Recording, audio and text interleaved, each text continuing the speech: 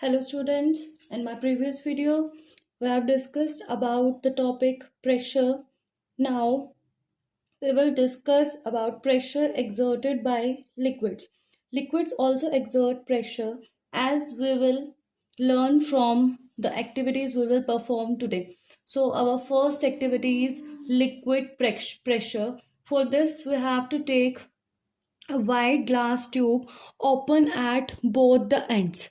Just look, these ends are open. Now tie a rubber balloon to its lower end. I've tied a rubber balloon in its lower end. Now I will pour water into the tube. What you will observe that balloon bulges downwards.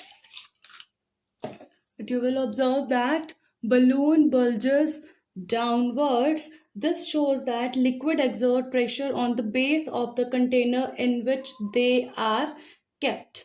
Okay. Now, second case, we have a vessel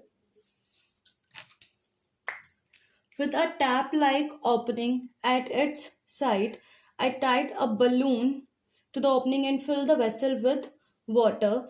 What you will notice that the balloon bulges outwards. This shows that liquid exert pressure not only on the base of the container but also sideways on the walls of the container. This sideways pressure is exerted by liquids but not by solids.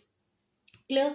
Now our next activity is variation of liquid pressure with depth. Variation of liquid pressure with depth. For this, we'll take a plastic container and make 3 holes in it named A, B and C at different heights. Fill the container with water and let water keep flowing into it. Notice the force with which the water comes out of the holes. You will find that water comes out with greater force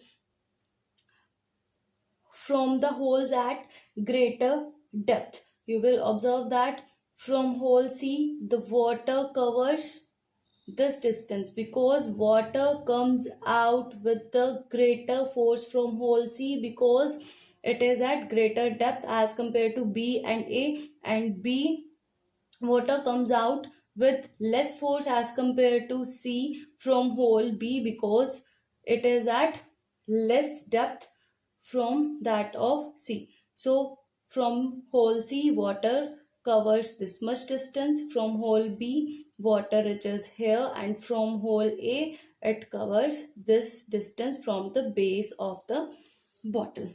Now just let us perform this activity. I have a bottle here having 3 holes in it named A, B and C. Now I will pour water into it.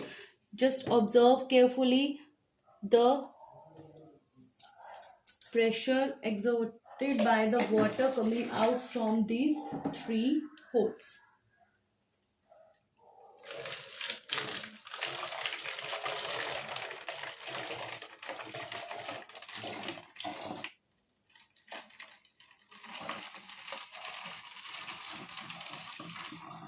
These 3 holes are at different heights.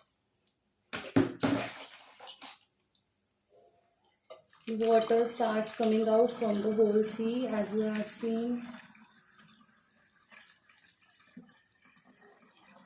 Now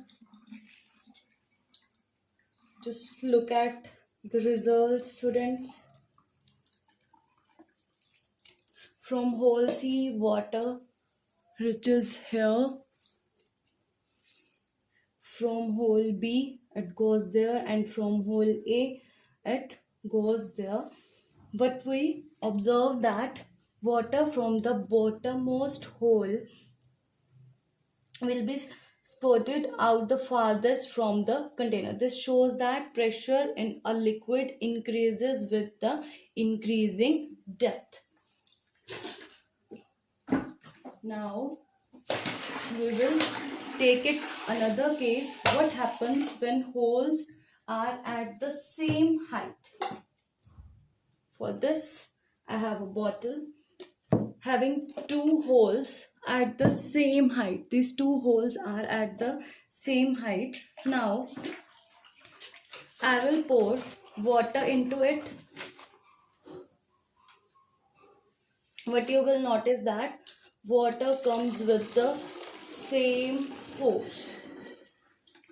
Water will come out and covers the same distance from the bottom of the bottle. This shows that at the same depth the pressure is same in all the directions. Clear, students? Now our next topic is gases exert pressure on the walls of their container. For this, I have a balloon having a cut in it. Suppose I want to inflate this balloon having a cut in it. Would you be able to inflate it? Obviously no, because air exerts pressure in all directions. Now I will take another balloon having no hole in it. Now when I inflate this balloon, I have to close its mouth. Okay, I have to close its mouth. Now I'm able to inflate it. If I open the mouth of an inflated balloon, then its air will come out. So this shows that air exerts pressure in all directions. So dear students, I hope by looking at these experiments, the concept of pressure exerted by liquids and gases is more clear to you, and I also hope that you enjoyed a lot today. Thank you, students.